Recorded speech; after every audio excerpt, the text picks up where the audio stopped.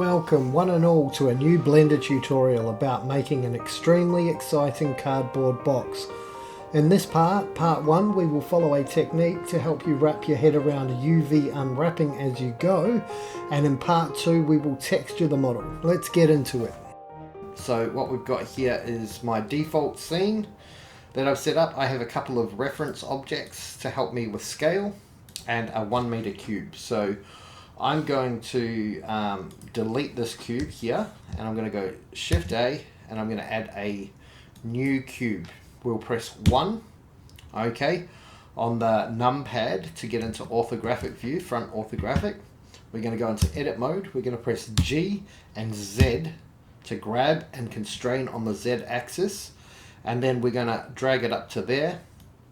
Okay, so the pivot point rests on the base of the cube. Then we'll go out of edit mode into object mode, and we're going to scale it down until it looks against this guy who's 6 feet tall, roughly cardboard box size. Okay, so we could have a big cardboard box or we could have a smaller one. Okay, so I reckon that's about the size, the height of a cardboard box. So we'll go Control plus A and apply all. So that's applying the scale, location, and rotation. So apply all, and then if we go into item, we can see that the scale here says 1, so we won't get any weird behavior later on. And it's saying it's about 43 centimeters tall, which is about, you know, a largish cardboard box. So what we'll go now is we'll go 1 into 1 on the numpad into front orthographic again, go back into edit mode. Actually, while we're here, I'm going to get rid of my scale and reference, okay, because we've got the right size now. So we'll go S and X within edit mode just to give it some length. Okay, we're going to click 3 on the number keys. Not the numpad, but the number keys above to go into face mode. So you can go face, edge, and vertex. We're going to select the top face, and we're going to press X, and we're going to choose delete faces. We're going to select everything, and we're going to right click while we're in edge mode, and we're going to mark seams. Then we're going to add our support loops. Okay, so you can see that seams are red, but something that is not a seam is black. So we might need to add the seams on the top again and the bottom.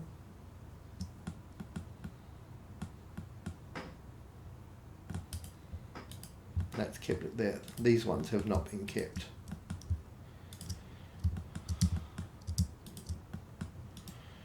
Mark seam.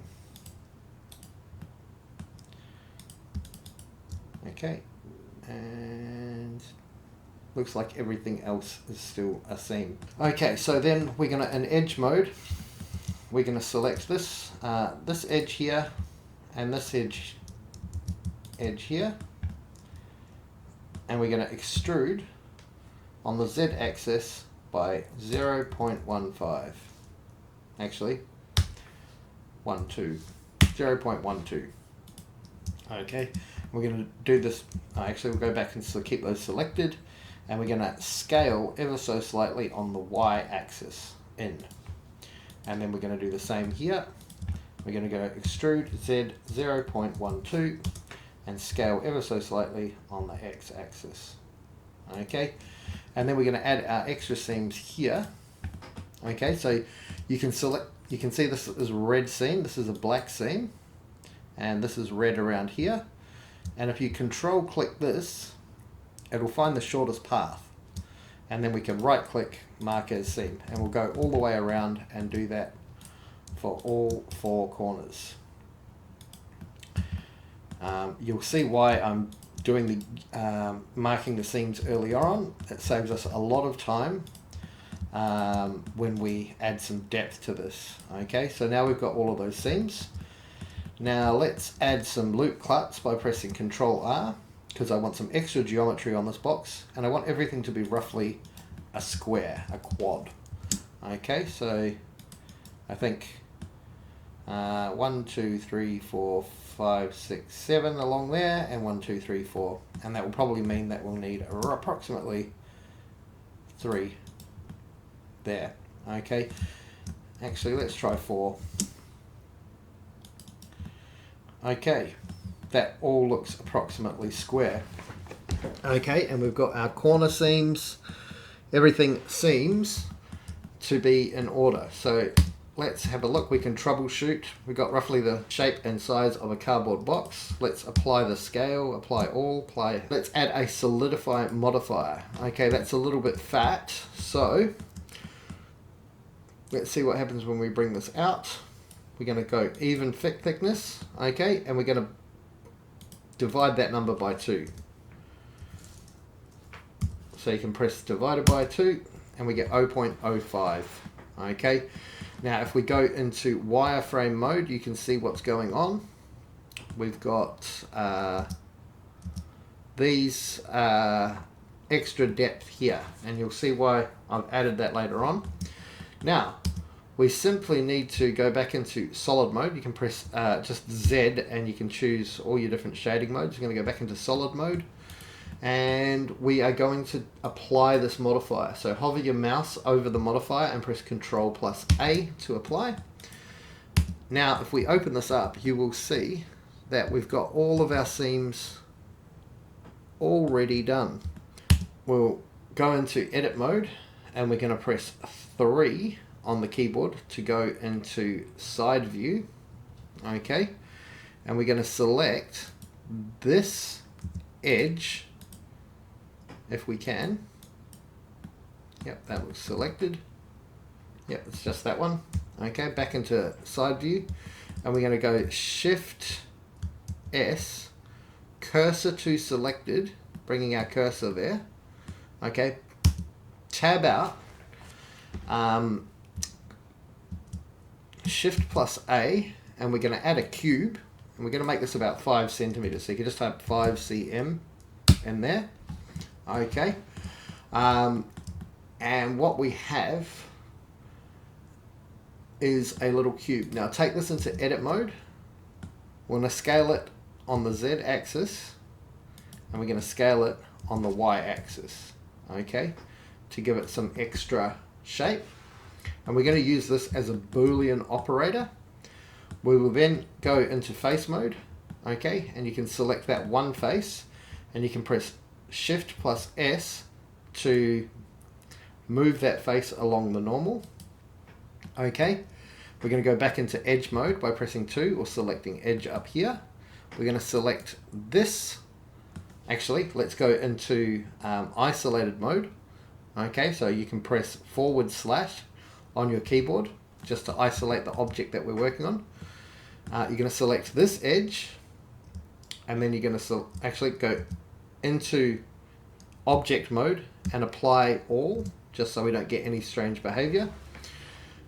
Back into edit mode, select this edge and then this edge, and then you can press Control plus Shift plus. Okay, Control and Shift plus, and it'll just select edges that are the next in line. So handy little tip there. Now let's go out of isolated mode, and we've got those 4 edges selected, and Control+B to bevel.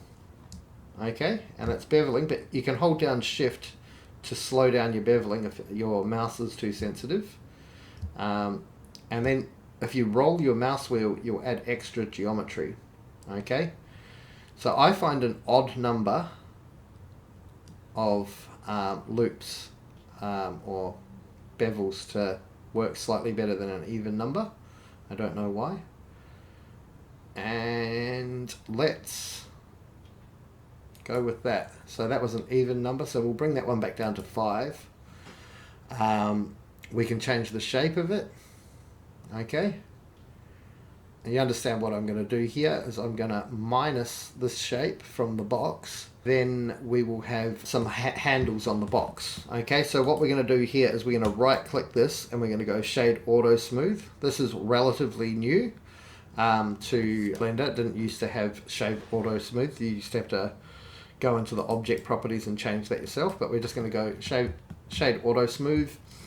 And then we're going to click this and shift click the box so both are selected, and we're going to go control minus, control and then minus on the numpad, and that will negative the shape we made from the box. Okay, so we'll do that one more time. Select the Boolean object, shift click the box, and actually you need to have bool tools activated. So if you go into your preferences and we go into add-ons and just type in bool, make sure that bool tool is activated. It comes with Blender, it's a free add-on. This won't work unless you've got that activated. So select your Boolean object, select the box, control plus minus, and that will add a Boolean modifier set to difference on here. So what we can do now is we can control A and apply that to the box, and we can get rid of our Boolean object. Okay, so now we have this. Now sometimes it gets a bit weird with the geometry. Now in edge mode, what we want to do is we want to select the edges of this, and it's going to behave a little bit strangely.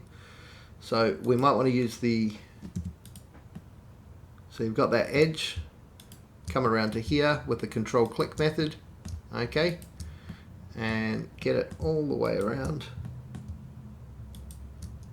and deselect any of these edges that are coming out the other side. So you can right click, mark as seam, okay, and we can do this for all four new edges that we've created. So mark seam. So we've done this side now, and what we also want to do is just add a little seam up there, mark seam. Okay, so you can kind of see where we're going with this. We need to do it on the other side as well. Okay, so we're going to go down here and we're going to do the exact same thing, control and click.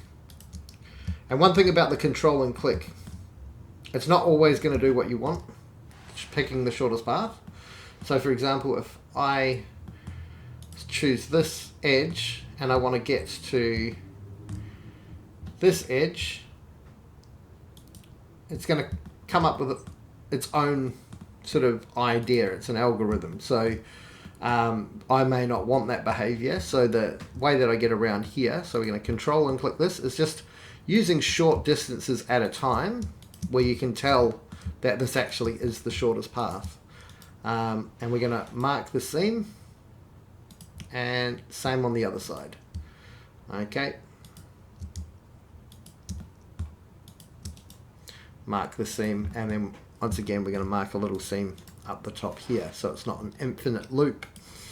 So now that we've got that selected, we're going to also add one little seam between these. Okay, and if I've done everything correctly, this should just select the whole loop. Okay, so we've got all of those up there. Okay, and we're going to go unwrap. Okay, we're going to do the same down here. You can press select an edge and press period on the numpad to zoom into where you are. We're going to select that. We're going to go unwrap. Okay, and same along this one here. Period on the numpad, and unwrap. Okay, so now we've got our box and it's more or less looking good. Now if we go into UV editing mode, okay, you can see all of our unwraps here. Now if we go to, that's unwrapped in a straight line, which is great. I don't think this one will have though, so let's see. So that's unwrapped in a square like it is. Okay, so if we go unwrap, we don't exactly want that behavior. Go 3 interface mode and select this, and we can go follow active quads. It's just going to straighten it out. Okay, so we're going to right click this and put it on a 90 degrees, and we're going to drag it down to the bottom here. So that was R rotate 90. Okay, that's how we rotate on 90 degrees. And we're going to see what these ones look like. So we've got this guy and this guy. Okay, so if we're going to select a little square of those, and you can press Control plus L on your keyboard to select everything in that selection. And we're going to rotate on 90 degrees. And we're going to bring this one down here. Now you can see the different thicknesses because the way that we unwrapped them, it showed up as different thicknesses. But we know in actual fact that that and that is the same thickness as this. So we're going to select a little bit of this. Okay, and we're going to go Control and L. Okay. And we're going to scale this, I believe, on the Y axis. Okay, and then we're going to make them sit on top of each other. So it doesn't need to be SY. Okay, and it doesn't matter if these go outside of the boundaries because this will be a tiling texture. And a tiling texture is one that, so if it starts here, okay, and then we go all the way to the right side of our UV map, and then if we go outside, it's just going to start from the left side again. So this will be a repeating texture that we use. Now, to unwrap the rest of the panels, we can make sure when we're pressing L on a face or edge, we are on select by scene. Okay. Now you can unwrap these all as separate panels so that you'd have identical or different textures on each side of the box. I'm not going to do that. I am simply, with these ends, I want to get more out of my space. So I'm going to go 3 and I'm going to go U and I'm going to go project from view. And I think that's got them all in the same space. So we're going to take this over to the right hand side. Okay. And then I'm going to do only, I want the outside and the inside of these to be different. So I'm going to go U and I'm going to go 1 into face mode and I'm going to go U, project from view. Okay. And we got, let's select everything and let's actually, yeah, let's select all of that and let's drag it over here somewhere and then select everything, and we can see these two side by side. Now we know that they're the same height, so all we need to do is scale this up to match the height of that. And we know that the inside is all on that, so we get our annotations out and we'll go out. Now we're going to do the same with the inside. Select L, shift select L, press 1, okay, and we're going to go U, project from view. We're going to go back into selection mode, and below where it says out, we'll select everything, take it to the right hand side, make sure it's the same height approximately, and we'll get our annotation pen and we'll go in. Okay, and with the tops the same. Okay, into front view, U, project from view, and we'll go lid. Okay, and then we'll go in back into here and we'll go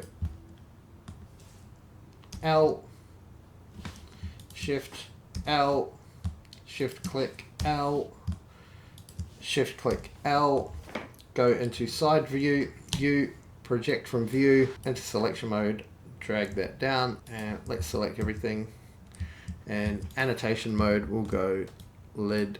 Okay, and to get the density right, obviously that's not as long as that, so we can just grab that over here, make sure that's as long as that is wide, and same with this over here, make sure that's the same width as that is. Okay, what's this we're missing? I believe it's the base, so we'll go L and L, and we'll go into above orthographic. So by pressing 7 on the numpad and go project from view, and let's just drag that down. Let's select everything in here and make sure that's as long as that is. And okay. Okay, so now we're going to put these all in. Okay, so let's drag them all over here and let's spread them out kind of evenly. Okay, giving a bit of space for all of them to breathe. So I'm going to just put a B there, just for my own reference. This is the inside. I'll put an I there for my own reference. This is the outside. And I'm going to put an O there for my own reference. And with this, I don't need to do a reference because I know that they're all the same on each side. Okay.